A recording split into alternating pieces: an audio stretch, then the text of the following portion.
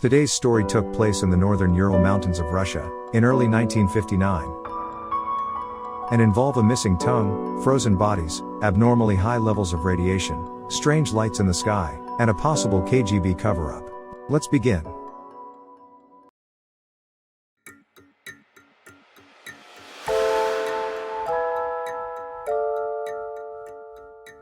On January 23, 1959, 10 young experienced hikers boarded a train. From there, they took a bus to the second location, where a truck was waiting for them. Then, they went by horse and a sleigh, before continuing on foot and skis. As you can see, the area they were heading to was as remote as it could be, and it wasn't exactly easy to get to. There were 8 men and 2 women in the group. They were all undergrad and graduate students, except for one person. But we'll get to that. Igor Dyatlov was the group's leader. He was just 23 years old. Dyatlov would never have imagined the meaning his name will later hold. The 10 hikers kept journals, where they document events along the route, and they also took plenty of pictures, as well as sent out multiple postcards during their trip, to their families and friends waiting at home. This is what makes this case so interesting, that there are so many clues to go off on, yet, there are still so many unsolved mysteries surrounding the Dyatlov incident. A bit into their trip, on January 28, Yuri Yudin would find himself in deteriorating health. He couldn't continue the hike, so he parted ways with the group. He's seen here saying goodbye to his friends. Yuri had no idea how close he was to the same fate awaiting his teammates, who he had just unknowingly said his last goodbye to. The trip was originally set to take a few weeks, but it wasn't unusual for the estimate to be a bit off, so the hikers' families and friends waited a bit more. It wasn't until February the 20th that the alarm was sounded, and a search party was sent off. The military was involved, and on February 25th, the helicopter spotted an abandoned site from above. Going as fast as their feet would allow, the search party set off to investigate the campsite.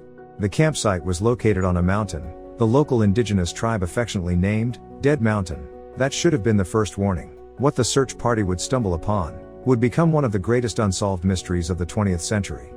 On February the 26th, the search party located the abandoned campsite on foot. But as they inspect closer, they got chills down their spines.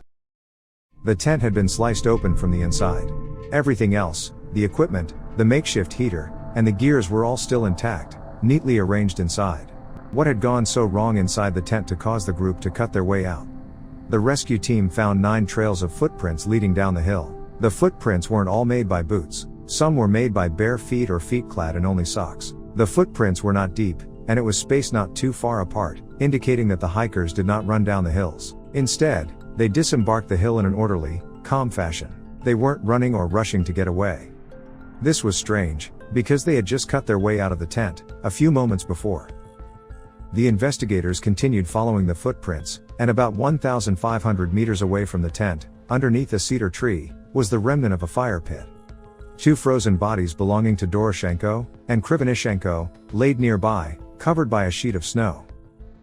Oddly, they were severely underdressed, and had burn marks on their shins and feet. They were wearing nothing but their underwear. Their official cause of death was perhaps, unsurprisingly, hypothermia. One of them also had a chunk of his own flesh in his mouth, that he had bitten off from his hand. On the cedar tree, they found pieces of skin, as if someone had climbed the tree to gather dry branches from the top. A few feet away, they found 3 more bodies in a row. They died with their heads pointed toward the collapsed tent, as if they were hoping to make their way back to the tent. The bodies were that of Kolmogorova, Dyatlov, and Slobodin. They froze to death as well.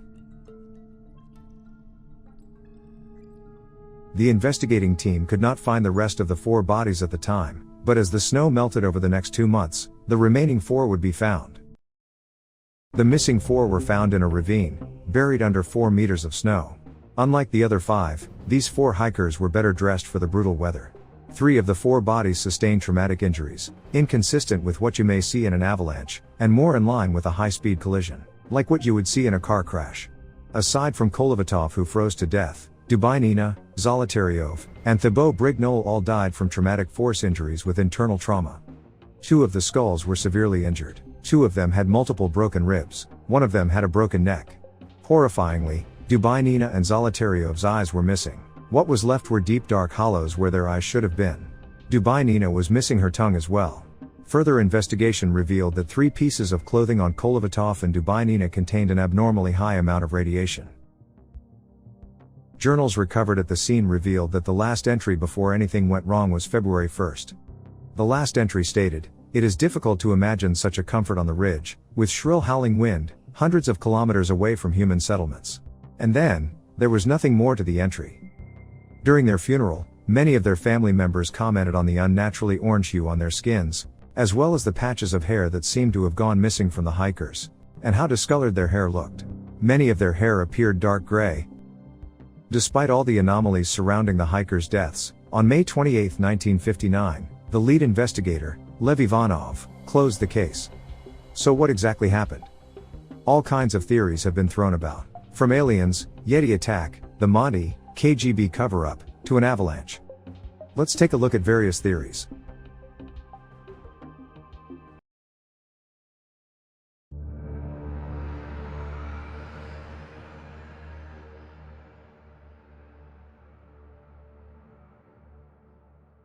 The local Mansi people reported that they have seen glowing golden orbs of lights in the sky, that particular night. Another group of hikers, 50 kilometers away, also reported seeing the same golden glowing orbs in the sky, at the exact same time that night. Here's one photo discovered in one of the cameras. It showed what looked like a light source. It could have been a glowing orb in the sky, candlelight, or the glare of camera lens. We don't know. The picture was too out of focus to definitively tell what it was. The group's leader, Dyatlov, apparently had an interest in space flight and astronomy. Some believe that the purpose of the trip may have been to document unidentified flying objects in the area.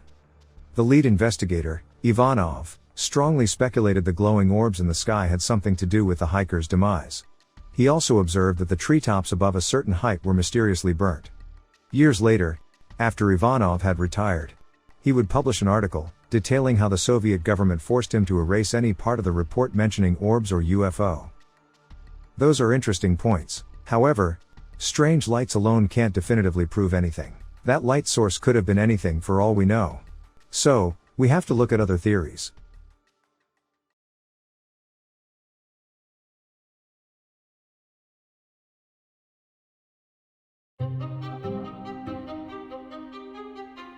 Yeti is an ape-like creature that inhabits places that are cold, and where snow is abundant. The existence of Yeti is still hotly debated. This theory posits that the hikers were attacked by a Yeti. There's even a documentary made entirely dedicated to this theory. But if they were attacked by a Yeti, it seemed to have left no trace. The only footprints found was that of the hikers, and no strange furs were left on the hikers' clothes. The only evidence that could have pointed to a Yeti attack was this photo, which just looked like a person in a snowsuit. So Yeti theory? That's very unlikely. Let's go to the next theory.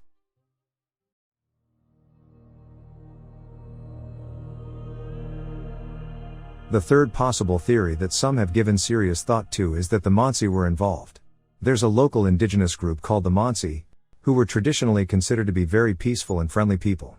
Some speculate that the mountain could be sacred to the mantis, and if they had ingested some hallucination-inducing wild plant, it would have made them lose control and attack the hikers. However, we've already discussed how no unaccounted footprints were found. If they did attack the hikers, surely there should be footprints left around the campsite or around the fallen bodies. This theory was never strongly considered, and the internal injuries on the hikers were ruled too severe to have been caused by humans. The injuries were similar to what you would expect if the hikers found themselves near a bomb or in a car crash. So, the Mansi theory? Very unlikely as well.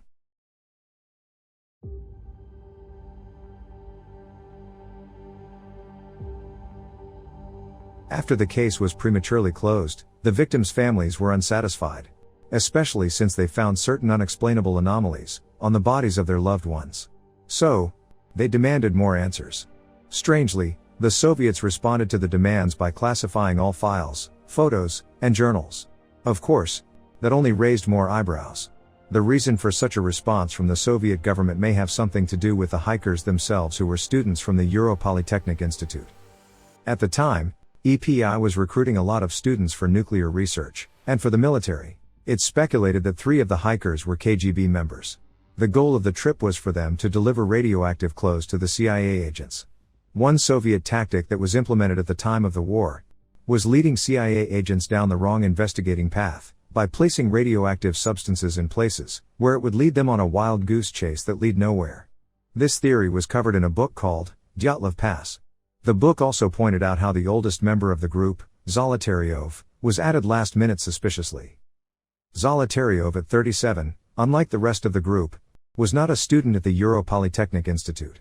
Instead, he had served in the military and worked for the NKVD, also known as the Soviet Secret Police. At the time of his sudden addition, he had transferred to the physics department in EPI. Before then, he worked at P.O. Box 3394, a top-secret scientific facility in Moscow where a nuclear accident took place. Another member of the group worked at another secret division of the facility. It does seem that some members of the group may have known each other outside of EPI beforehand. Zolotarov, along with two other members of the group, had extensive KGB connections. And the theory is that the 3 KGB agents were to carry out the radioactive tainted clothes to the CIA spies without alarming or notifying the other members of the team. Here's another interesting point. Each member of the Dyatlov group kept a journal. However, after the bodies were found, Zolotaryov's journal and camera could not be located. Everyone else's journals and cameras were retrieved without issue. Had someone taken Zolotaryov's camera and journal, knowing he was a spy? Is this why the military got involved so early on? Before you jump behind this theory, however, we have to cover all bases and look at the last theory.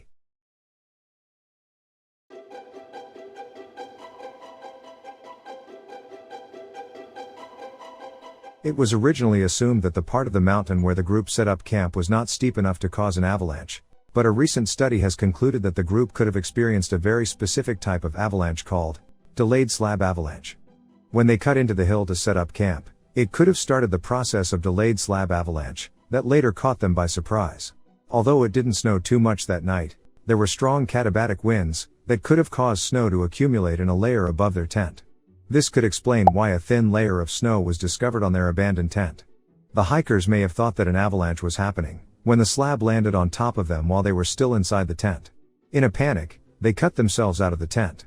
But upon emerging from the tent, they may have realized that there wasn't an immediate avalanche. But out of caution, they still made their way down the hill slowly. You may wonder why they didn't put on their winter clothes before descending the mountain. Well, experienced mountain hikers such as them would know that each boot would take roughly 3 minutes to put on.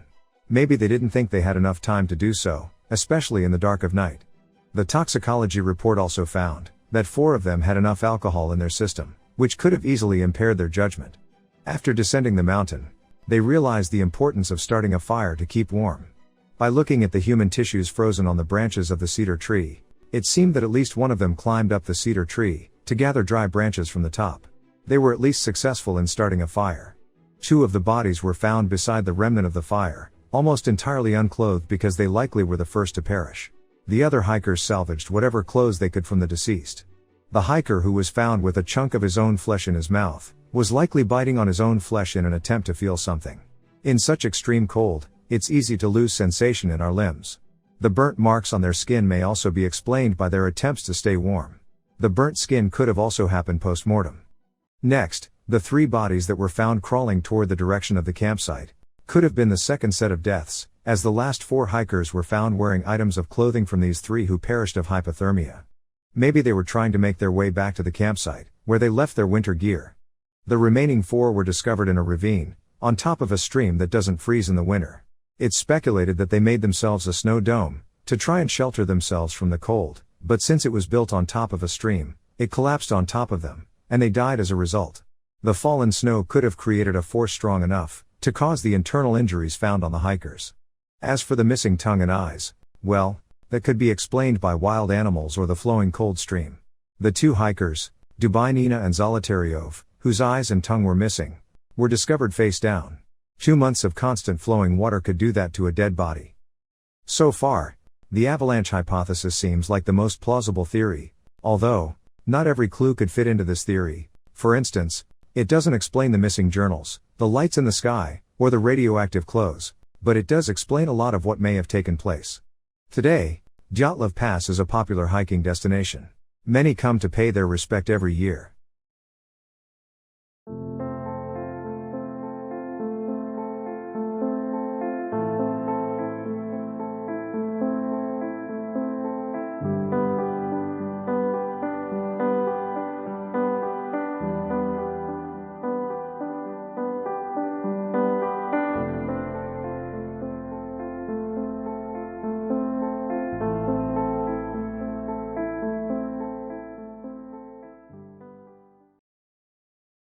Thank you so much for watching until the end. These videos are not easy to make, and I appreciate every minute of your time. As a result, I would like to award you 2 free audiobooks. Head on over to Audible, and select any 2 audiobooks you like at no cost to you. After that, you get 30 days of free trials on Audible. If you like mystery, I recommend this audiobook called The Day After Roswell, by William J. Burns, filled with declassified material relating to the infamous Roswell incident of 1947. Link in the description. And while we're at it, you should check out this mystery right here on the screen. I'll see you there.